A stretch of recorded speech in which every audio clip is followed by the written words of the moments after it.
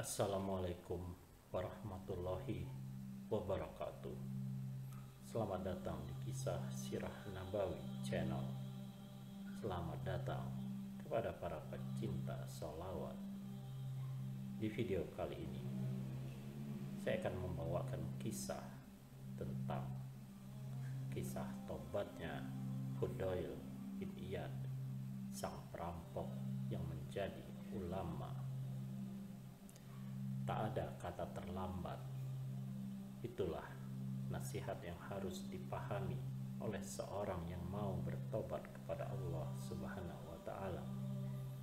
Tak ada istilah dan alasan bahwa dirinya telah kotor, bejat, dan durjana. Tobat akan menghapuskan segalanya.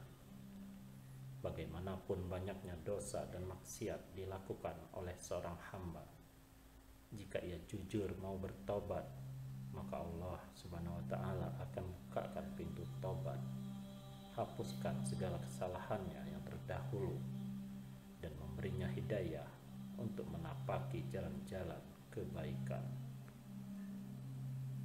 Sentuhan tobat telah merasuk dalam jiwa orang-orang yang terdahulu, sampai menjadikan mereka dari manusia yang paling bejat menuju manusia terbaik di sisi Allah Subhanahu wa Ta'ala. Sebagai fakta nyata, kita dengarkan kisah di bawah ini. Hampir setiap malam dia mendatangi rumah-rumah yang ada di negeri itu untuk melakukan aksinya, yaitu merampok. Hingga suatu malam dia kembali melaksanakan aksinya.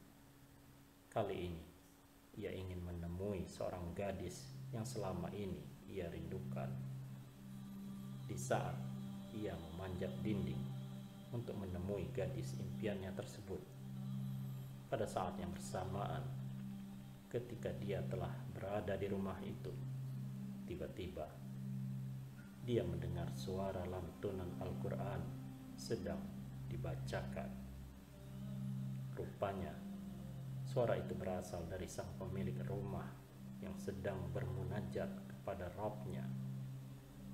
Sang pencuri pun hanyut dengan lantunan ayat-ayat Allah Subhanahu wa Ta'ala yang sedang dilantunkan, hingga ketika sampai pada ayat yang artinya, belum tibakah waktunya bagi orang-orang yang beriman untuk tunduk hati mereka mengingat Allah dan kepada kebenaran yang telah turun kepada mereka, dan janganlah mereka seperti orang-orang yang sebelumnya telah diturunkan Alkitab kepadanya, kemudian berlalulah masa yang panjang atas mereka, lalu hati mereka menjadi keras, dan kebanyakan di antara mereka adalah orang-orang yang fasik. Quran Surat Al-Hadid ayat 16. Tak terasa air matanya berlinang, hingga akhirnya dia pun tersungkur jatuh.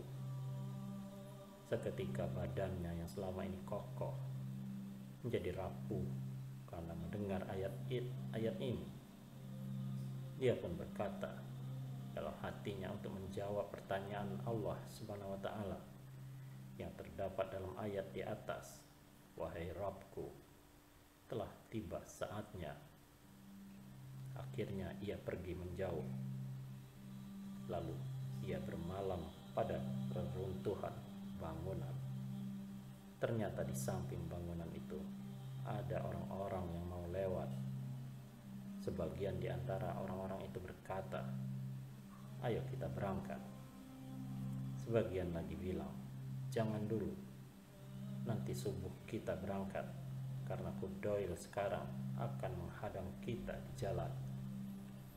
Mendengar perbincangan itu, Fudail akhirnya berpikir dan berkata dalam hatinya, "Aku berbuat maksiat di malam hari, sementara itu kaum muslimin di tempat ini takut kepadaku. Aku memandang Allah Subhanahu wa Ta'ala tak akan menggiringku kepada mereka, kecuali pasti mereka akan gemetar karena takut kepadaku. Ya Allah, sungguh kini aku bertobat kepadamu, dan aku jadikan tobatku berupa hidup di Baitullah. Setelah kejadian itu, dia pun melalui hari-harinya dengan ketaatan kepada Allah Subhanahu wa taala sampai ia dikenal dengan Abidul Haromain, artinya ahli ibadah dua tanah suci, Mekah dan Madinah. Maha suci Allah yang telah membolak-balikan hati dan menganugerahkan kepada hambanya hati yang lembut. Itulah kisah seorang penyamun atau perampok jahat yang berubah menjadi seorang yang alim atau ulama dan hamba yang soleh, Al-Imam Al-Fudail bin Iyad, sebagaimana yang disebutkan oleh Al-Hafiz Az-Zahabi dalam kitabnya Syiar Al-A'lam Al-An-Nubala. Kisah ini amat ajaib, di mana Allah Subhanahu wa taala mengubah hati sekeras batu menjadi hati selembut air.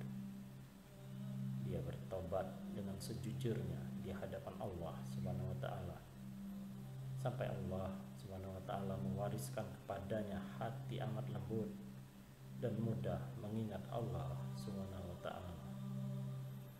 Ibrahim bin Al-Asad berkata, aku tak pernah melihat seseorang yang Allah Subhanahu wa taala dalam dadanya lebih agung dibandingkan Fudail. Dahulu apabila ia mengingat Allah Subhanahu wa taala atau disebutkan di sisinya, ataukah ia mendengarkan Al-Quran, maka akan tampak pada dirinya rasa takut dan sedih. Air matanya berlinang dan menangis sampai orang-orang yang hadir merasa kasihan kepadanya. Dia adalah seorang yang senantiasa bersedih dan kuat pikirannya. Aku tak pernah melihat seseorang yang menginginkan Allah dalam ilmunya, amalnya, pemberian dan pengambilannya, penahanan dan pengorbanannya, kebencian dan cintanya, dan seluruh tindak tanduknya selain Fudail. Dulu kami bila keluar bersamanya mengantar jenazah, maka ia selalu memberikan wejangan, mengingatkan dan menangis, seakan-akan ia mau meninggalkan para sahabatnya menuju akhirat. Ia lakukan hal itu sampai tiba di pekuburan. Dia pun duduk pada tempatnya di antara mayat-mayat karena rasa sedih dan tangisnya sampai beliau bangkit, sedang beliau seakan-akan kembali dari alam akhirat untuk mengabarkan tentangnya. Ibrah dan renungan dari kisah ini: hati setiap insan dalam menggenggam jari jemari Allah. Dialah yang membolak-balikkan hati manusia dari keburukan menuju kebaikan, atau sebaliknya. Karenanya, mintalah petunjuk kepada Allah Subhanahu wa taala agar hati kita ditegarkan di atas hidayah dan selalu diarahkan kepada kebaikan serta dihindarkan dari segala keburukan. Tak ada kata terlambat bagi orang yang mau bertobat, kecuali jika ajal sudah tiba atau matahari sudah terbit dari arah barat. Tobat yang jujur akan membimbing seseorang pada kebaikan dan jalan-jalan ketaatan.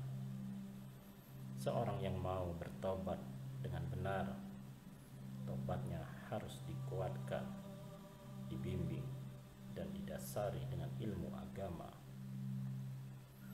Karenanya Fudail bin Iyad setelah bertobat maka ia rajin menghadiri majelis-majelis ilmu.